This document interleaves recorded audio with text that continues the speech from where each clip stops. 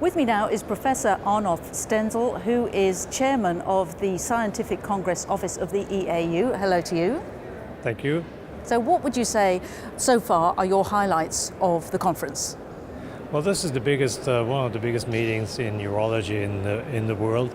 And this year, urothelial cancer, cancer of the bladder and of the upper urinary tract, is one of the main topics of interest, and that's where a lot of new things are happening.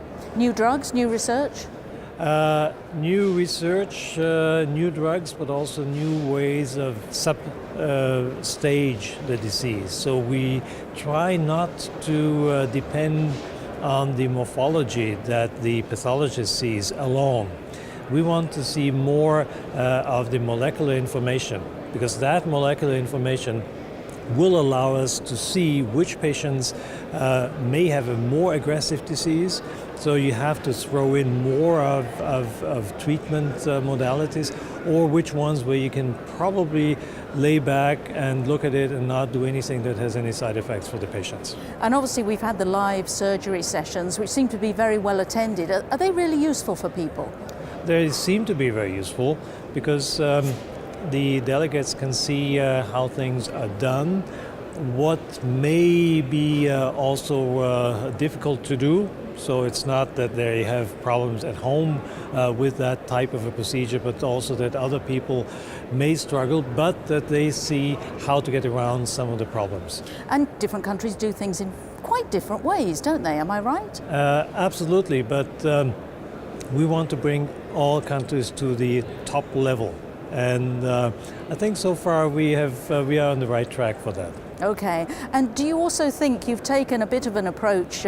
Some of the sessions have been for and against. You've had two people arguing the different sides. What do you think about that? How's that gone? Well, that has gone actually very well. We started to do that a couple of years, but now we have this year made a real effort to augment this type of sessions. Not only to increase the length of time for each session and the length of the debates, but also the number of debates.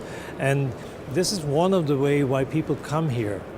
They can get a lot via video streaming, but those debates, sometimes even participating in that debate, that is something they can only do here, and that should be a good reason to come here in person. And you mentioned this a little bit, but bladder cancer is getting a lot more attention. What's the biggest challenge there, the hardest thing to do? Well, the biggest challenge is to know which patients actually need more treatment and which patients may need extensive surgery, which patients may need chemotherapy up front, or which patients need what type of medical therapy. Because nowadays we not only have chemotherapy, but we also have the possibility of adding immunotherapy or having immunotherapy beforehand. And you know, actually, urology was actually one of the pioneers in immunotherapy with the BCG treatment in non-muscle invasive bladder cancer. But now we have immunotherapy for all kinds, especially the metastatic disease. And urology has a good knowledge and a good feeling for immunotherapy. So they are really eager to take it up, use it, and then maybe use it together in a team with, for example, oncologists, radio-oncologists, but also dermatologists, because they got a lot of experience with some of those drugs with regards to the side effects. Really interesting. Well, thank you very much for your time today. Thank you, Sarah.